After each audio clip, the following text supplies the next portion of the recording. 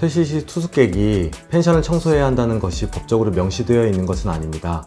다만 숙박업을 경영하는 자와 투숙객이 체결하는 계약 내용에 따라 결과가 달라집니다. 펜션에 따라 내부에 공지사항을 부착해두는 경우가 있는데요.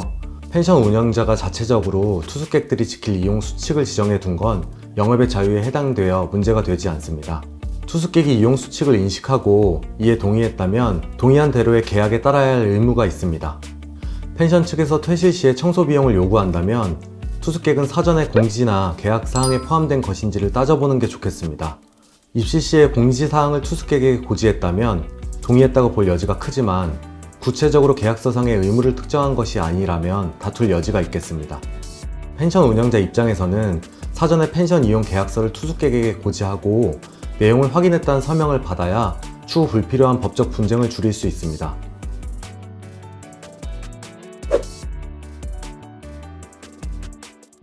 얼마 전 펜션 운영자가 투숙객들이 설거지 등 뒤처리를 하지 않은 채 퇴실한 사진을 올리고 고충을 토로하는 글을 올렸습니다. 해당 사진에는 객실 내부와 테라스 바베큐장에 소주컵과 종이컵, 각종 음식물 쓰레기들로 가득했는데요. 심지어 사용한 이불도 오물과 토사물로 흥건해 다시 사용할 수 없을 정도였습니다.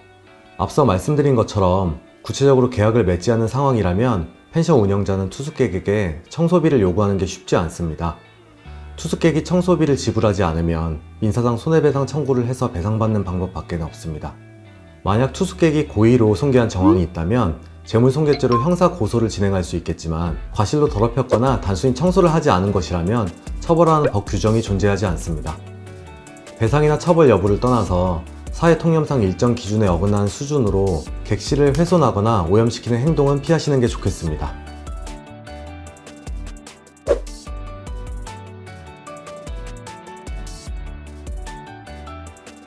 업무방해죄 성립을 위해서는 허위사실을 유포하거나 기타 위계 위력으로서 업무를 방해한 경우에 해당해야 하는데요. 청소를 하지 않은 것이 허위사실을 유포하거나 펜션 운영자를 속이는 행위로 평가하기 어렵고 위력이라고도 보기 어렵기 때문에 업무방해죄는 성립되지 않을 것으로 보입니다.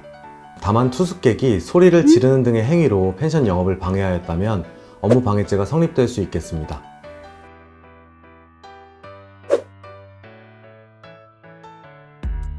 펜션 운영자가 사전에 투숙객의 동의를 받아 보증금을 확보해 놓고 투숙객들이 퇴실할 때 객실 상태에 따라 미리 받아놓은 보증금에서 차감하고 반환하는 방법이 있습니다.